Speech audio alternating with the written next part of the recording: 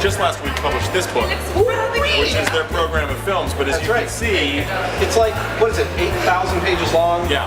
It's filled with nothing but gibberish. It appears to be written in English, but could be Sanskrit for all we know, because it doesn't make a lot of sense. It weighs a ton.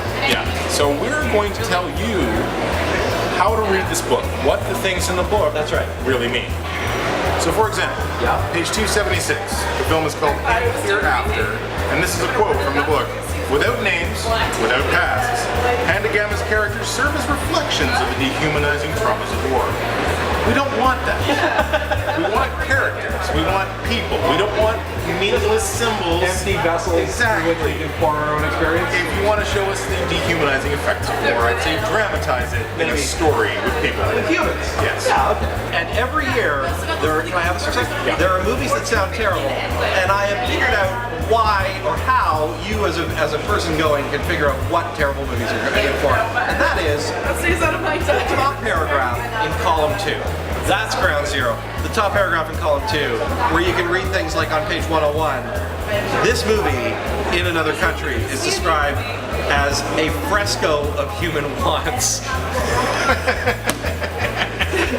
And not one page later, page 103, student is described as staying resolutely outside the main character, rendering him and his motives opaque. Because why would I want to know anything about the main character? And so the top paragraph in column 2, that is where the programmers weigh in, and that is where you can tell that movie is going to suck. Okay, I got one for you. Yeah? It's a little something I like to call programmers making baseless prejudicial statements. A welcome, this is on page 209, the film's called Call Girl. A welcome antidote to the recent spate of Nordic crime thrillers and their assortment of Nazis, serial killers, and punky computer geniuses. Why the fuck do we need an antidote to that? I didn't even know I was sick. It's one of the best runs of crime thrillers in the history of the genre, and yet it's a problem now? Hey everybody, we found a cure for orgasms and happiness. Okay, now, I mean, you know, this isn't about picking a movie, and this isn't about a description, but I have to say, I have to point out, because this honestly has been bugging me. If you're gonna be in this book, for God's sake, watch your profile pic. Watch your biopic, because this is egregious. Like, who approved this right here? I got one more for you. Okay.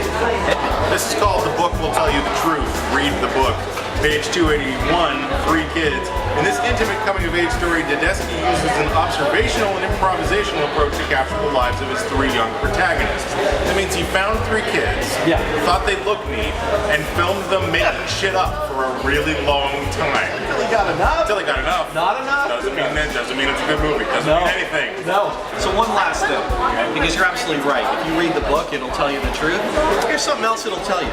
It'll tell you when the programmers and the people that run this festival don't have a good idea about how to explain a movie to you. It will tell you that in spades. There's a movie on page 220 called Nights with Theodore, and there's a description of this movie. There's a synopsis. It's long. It's this long. And here, I'm just going to pull out a couple facts, because I honestly can't believe that this is the description.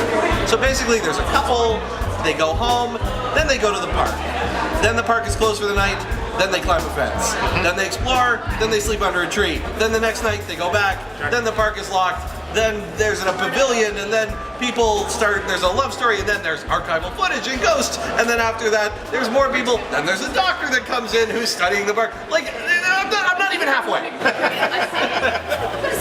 Here's the weird thing though, I mean, we do this every year, and honestly it's getting harder and harder to find the examples. Yes!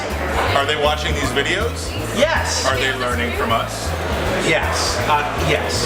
So, I feel conceited saying this, but I feel like we've done something good here. We've accomplished, this book got better. Yes. For sure, I feel like every year it gets better. There's still pockets, which is why we do this piece every year. And that's why it's fun. Yeah, absolutely. And parsing this book, figuring out what it really means, is half the fun of my going to this festival every year. I'm very excited to see the movies that I'm going to see. I'm very excited to have done this with you today, sir. And I look forward to doing a lot more pieces. We'll be all over the substream in the next week or two, talking about movies we've seen, and Midnight Madness and many other things. Yeah. But yeah. We'll see you soon.